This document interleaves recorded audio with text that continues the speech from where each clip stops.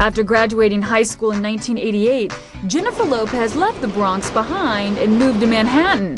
Her folks insisted she go to school, and Jennifer took a few classes at Baruch College before dropping out to chase her dream, dancing.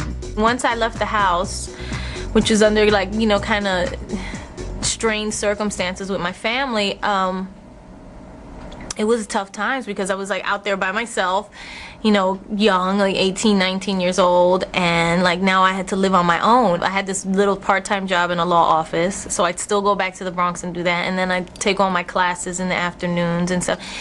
And then eventually, it was just a mess. It was a time when it was a real mess, and it was 3-4 roommates and sleeping on floors and having pizza for every meal because it was only $1, stuff like that.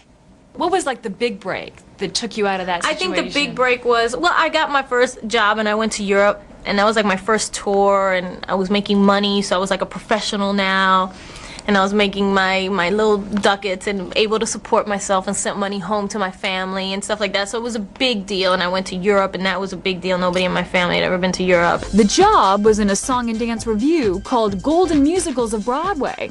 Next came a production that took Jennifer to Japan. The gigs were exciting for an 18-year-old, but they made Mom and Dad a little nervous. There was a time at the beginning when she was doing a lot of traveling by herself that I thought, maybe this is not going to work out for her.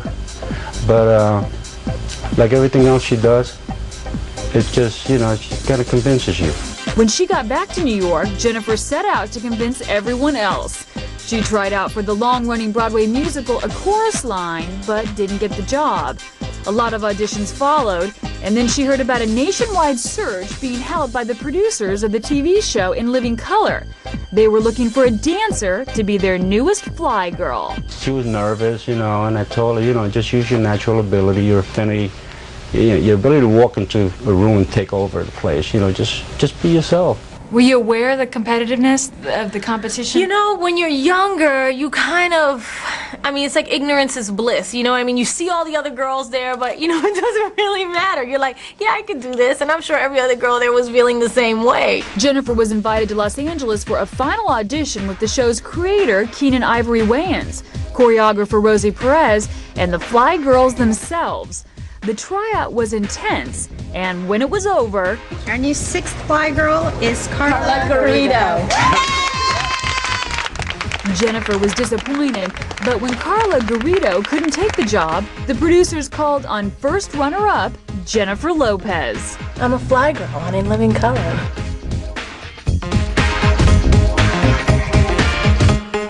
I had a really good audition, and I sang well, and I danced well, and it worked out. Everything started happening very quickly that way, so all of a sudden she was gone from New York.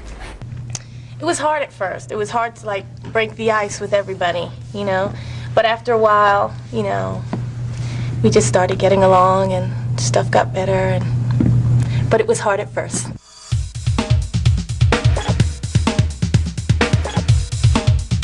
In Living Color opened the door for work as a background dancer in music videos and on stage. Here's Jennifer in a 1991 performance at the American Music Awards with New Kids on the Block.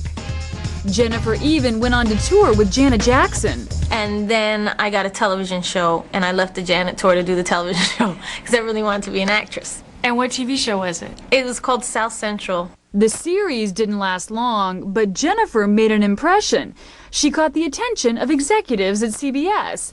In fact, they offered her a development deal. So now they were working with me to find me the right show and stuff like that. And I got on a show, and then it was like, well, we want you to host this thing that's on CBS as well.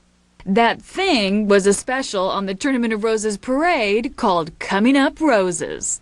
We're going to find that clip. Oh, yeah, get that clip. That should be funny as hell.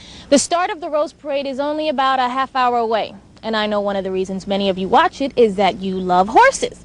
Well, have we got a treat for you right now. Doug, tell us what equestrian wonders are waiting for us. Then she was on a series called Second Chances, and that one spun off into another series called Hotel Malibu. Those lasted about a season each, I think. It seems like you were working, constantly there was something and then something to follow. Yeah, I auditioned a lot, you know what I mean? So it wasn't like I was getting every audition you know, I went out for. But luckily, like, as soon as I would be running out of money and it was like 2 months and I was really behind on the rent and stuff, and then all of a sudden something would come up, I'd score something and, you know, I'd get a gig and then it would be better. One of those gigs was Jennifer's movie debut, a supporting role in Mi Familia, the story of a Mexican-American family spanning 3 generations. At that time, though, when you were auditioning, were you really aware of the whole Latina actress thing?